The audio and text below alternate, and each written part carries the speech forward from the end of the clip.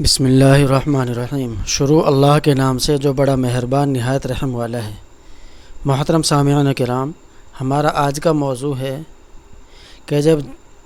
ذی الحجہ کا چاند یعنی بقرعید کا جب چاند نظر آتا ہے تو اس وقت میں عام طور پہ ایک سوال ہر مسلمان کے دل کے اندر آتا ہے، ذہن کے اندر آتا ہے کہ جب ذی الحجہ کا چاند نظر آ گیا تو اب بال اور ناخن اور زیر ناف کے بال مونچھ وغیرہ کاٹنا منع ہے۔ محترم سامعین کرام، ایسا نہیں ہے۔ حدیث کے اندر اس چیز سے پتہ چلتا ہے، اس چیز کا حدیثوں سے ثابت ہے کہ اللہ کے نبی صلی اللہ علیہ وسلم نے فرمایا ہے کہ جس آدمی کا قربانی کرنے کا ارادہ ہو وہ ذی الحجہ کا چاند نظر آنے کے بعد سے قربانی تک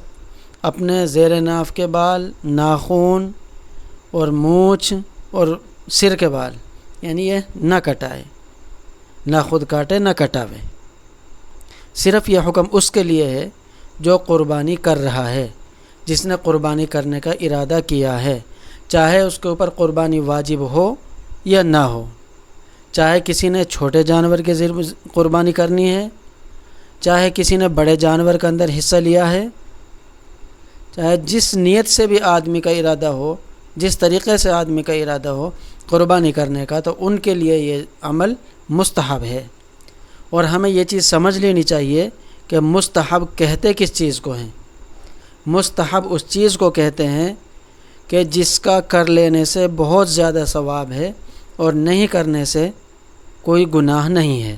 اگر یہ عمل چھوٹ بھی جائے گا تو یہ عمل چھوٹ جانے کی وجہ سے ہماری قربانی کے اوپر کوئی اثر نہیں پڑے گا۔ ہم میں سے بہت سے لوگوں کا یہ ذہن ہے کہ اگر ہم نے چاند نظر آنے کے بعد میں بال، ناخن یا مونچھ یا جو مرضی ان میں سے اگر کاٹ لیا ہم نے تو ہماری قربانی درست نہیں ہوگی۔ اس لیے شریعت کے اندر جس چیز کو مستحب کہا گیا ہے اس کو مستحب سمجھیں، اور جس چیز کو سنت کہا گیا ہے اس کو سنت سمجھیں، اور جس چیز کو فرض اور واجب بتایا ان کو فرض اور واجب کا درجہ دیں۔ حضرات، ہم میں سے بہت سے بڑے بڑے گناہوں میں مبتلا ہوتے ہیں، لیکن ان مستحب چیزوں کو اوپر اتنا عمل کرتے ہیں، اتنا دھیان دیتے ہیں کہ سارے دن ہم نے چوری کرنا، ڈاکہ ڈالنا، ایک دوسرے کا دل توڑنے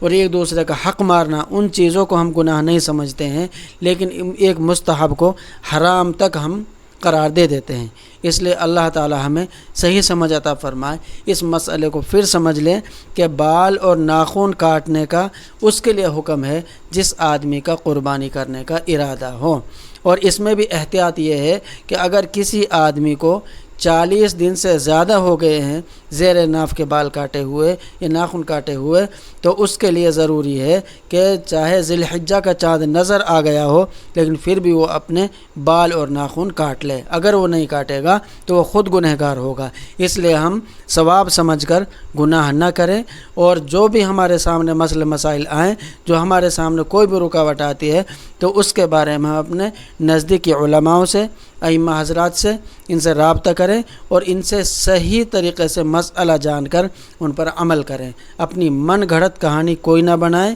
اور نہ من گھڑت کہانی کسی کی سنیں۔ اللہ تعالیٰ مجھے بھی آپ کو بھی عمل کرنے کی توفیق عطا فرمائے، آمین۔